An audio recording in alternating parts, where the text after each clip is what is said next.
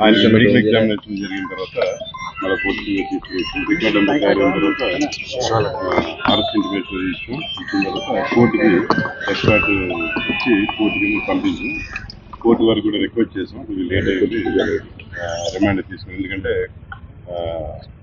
లోకల్గా మేము శాంతి భద్రత మిగిలిన విషయాలు చూసుకోవాలి కాబట్టి రాత్రి మీద పంపించడం జరిగిన తర్వాత మార్గ మధ్యంలో బాంబు తిరగడంలో అక్కడ ఈ నిందితుడి యొక్క రిక్వెస్ట్ మేరకు వీళ్ళు ఆపారు, బండి ఆపి ఆయనకి సమ్ నేచురల్ కాజ్ ఉంది లేకపోతే బయట దానికి అవకాశం ఇచ్చారు. ఇచ్చినప్పుడు మిస్ అయ్యాడని చెప్పి వాళ్ళు మాకు తెలియపరిచారు.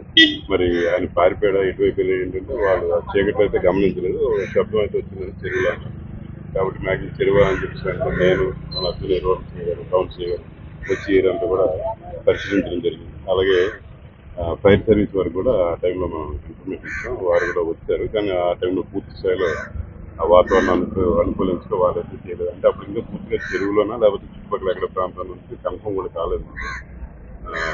ఇప్పుడు ఉదయం వచ్చిన తర్వాత ఈ గజేతగా రావడం ఇదంతా కూడా ఈ సెర్చ్ ఆపరేషన్స్లో బాడీ ట్రేస్ అవడంతో దానికి రాత్రి వాళ్ళు ఏదైతే శబ్దం వచ్చిందని చెప్పారో దానికి దీనికి కూడా కరెక్ట్ అని చెప్పి ఇప్పుడు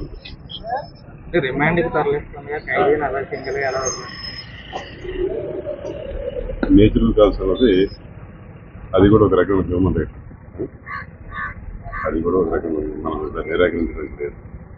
సార్ మిస్ అయిన టైంలో ఎస్కాట్ ఎవరెవరు ఉన్నారు? స్టాఫ్ ఉన్నారు, 20 స్టాఫ్.